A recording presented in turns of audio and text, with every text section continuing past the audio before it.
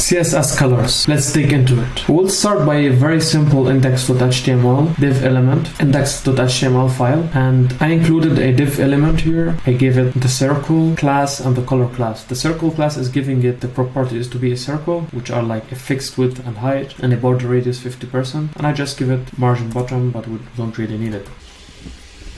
Then, as you see, here's the very simple way how to assign colors in CSS. So you can just go and choose to give it the color tomato or yellow green, or whatever color that you can think about. As you see, I'm having an extension here. The extension is called Color Picker. And this extension gives you even the option to choose the color that you want to choose. As you see, something weird popped up here, which is like the RGB colors. So let's explain what is this RGB method and what are these numbers. So the RGB method stands for the redness, greenness, and blueness of the color. And these numbers are basically numbers that you choose from 0 to 255. So for example, you can go 255 for the redness, and same for greenness and blueness, and guess what, before we save, it's gonna be white color, as you see, and the opposite is true. So if you go for 3 zeros, guess what, you will get emptiness of color, which is black. Then if you want to get the green color, just give this one, the middle one, 255, and then you will get green color. So it's very simple and straightforward. So each parameter of these 3 parameters defines the intensity of this color. So the intensity of the redness is 0. The intensity of the greenness in this case is 255. So you can go and give it the intensity of 180, and you will see that it's green, but it's just like different intensity of the greenness. And the less you go,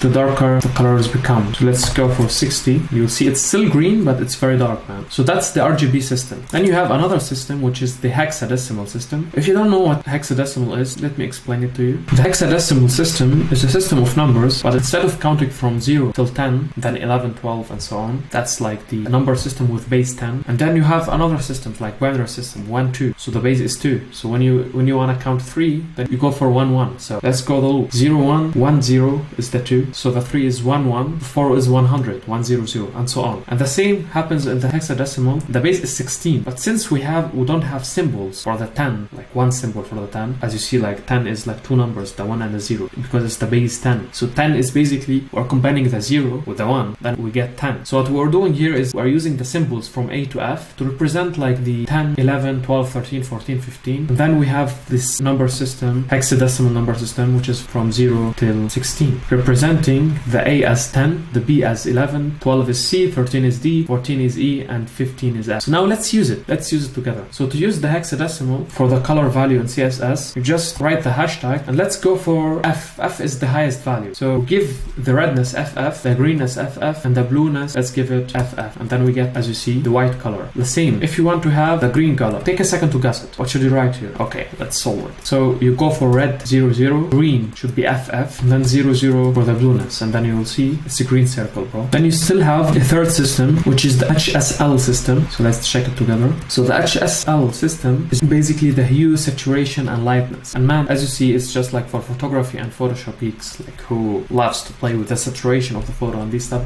they are pretty good at it. So all you need to use it is to write HSL. It's a method in CSS. And then you give values in the percent. So you give 0%. Let's just go for 0, 0, 0. And these are percents. So let's go for saturation 100%. So I think the saturation should be something red. Let's check it. Man, I'm not sure myself what that is. So let's see what red is. I wanna keep the HSL.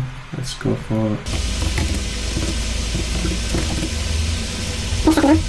So let's use Uncle Google to make things easier and just go for HSL Color Picker.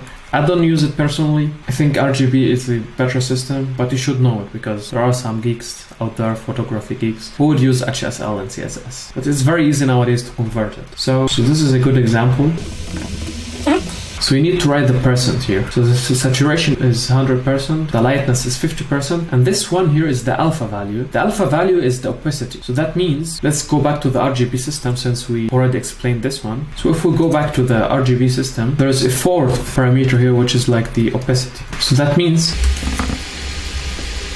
you can still, let's give it opacity 50%, and you will see it's getting a bit transparent, man. And the less you go in the opacity, which is, you can even like use the extension I've told you about, play around with it. If you give the alpha the value 0, it will not appear anymore. And the higher you go, the higher the opacity goes too, as you see. Now there's something that I still wanna tell you about, which is, what if you need like some weird colors? You know, for what are these 255, the number 255? Man, this is the intensity of the redness. That means if you just do the math, 256 multiplied by 3, you will get 16 million, approximately 17 million possibilities of colors, bro. 17 million. So you better find a good color from these for your design. And with that, I wanna end the video. Don't forget to like the video, subscribe to the channel so you get the best videos out there. See ya.